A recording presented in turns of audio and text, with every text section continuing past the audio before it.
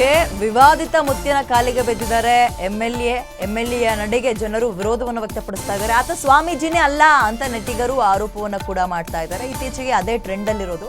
Social ಮೀಡಿಯಾದಲ್ಲಿ trend ಸೃಷ್ಟಿಸ್ತಾ ಇದ್ದಾರೆ ಈ ಮುತ್ಯ. ಯಾದಗಿರಿ ಜಿಲ್ಲೆಯವರು ಇವರು ಜನಪ್ರಿಯರು ಕೂಡ ಆಗಿದ್ದಾರೆ. ಇತ್ತೀಚೆಗೆ ಕಾರಲ್ಲಿ ಸ್ವಾಮೀಜಿಯ ಕಾಲಿಗೆ ಪೊಲೀಸರು ಬಿದ್ದಿದ್ರು.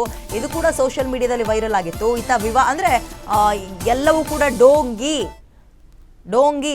ಜಸ್ಟ್ ಒಂದಷ್ಟು ಜನ ಹುಡುಗರನ್ನ ಇಟ್ಕೊಂಡು ವಿಡಿಯೋ ಮಾಡ್ಕೊಂಡು ಫೇಮಸ್ ಗಿಟ್ಟಿಸ್ಕೊಳ್ತಾ ಇದ್ದಾರೆ ಅಷ್ಟೇ, ಜನಪ್ರಿಯತೆಯನ್ನು ಗಿಟ್ಟಿಸ್ಕೊಳ್ತಾ ಇದ್ದಾರೆ ಅಂತ ಸೋಷಿಯಲ್ ಮೀಡಿಯಾದಲ್ಲಿ ಆರೋಪಗಳ ಸುರಿಮಳೆ ಇತ್ತು. ಇದರ ನಡುವೆ ಇದೀಗ ಎಂಎಲ್ಎಯೂ ಕೂಡ ಅವ್ರನ್ನ ನಂಬಿ ಕಾಲಿಗೆ ಬಿದ್ದಿರುವಂಥದ್ದು ಆ ವಿಡಿಯೋ ವೈರಲ್ ಆಗ್ತಾ ಇದೆ. ಅದಕ್ಕೆ ಜನರೆಲ್ಲರೂ ಕೂಡ ಆಕ್ಷೇಪವನ್ನು ವ್ಯಕ್ತಪಡಿಸ್ತಾ ಇದ್ದಾರೆ.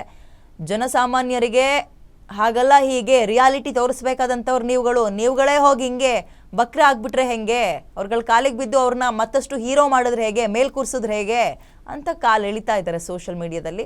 ಉತ್ತರ ಕರ್ನಾಟಕ ಭಾಗದ ವಿವಾದಿತ ಮುತ್ಯ, ಎಸ್, ಸೋಷಿಯಲ್ ಮೀಡಿಯಾದಲ್ಲಿ ಇವ್ರನ್ನ ನೋಡಿರ್ತೀರಿ ನೀವು, ತುಂಬ ಆ್ಯಕ್ಟಿವ್ ಆಗಿರ್ತಾರೆ ಆ್ಯಂಡ್ ವೆರಿ ಎಂಗೇಜ್.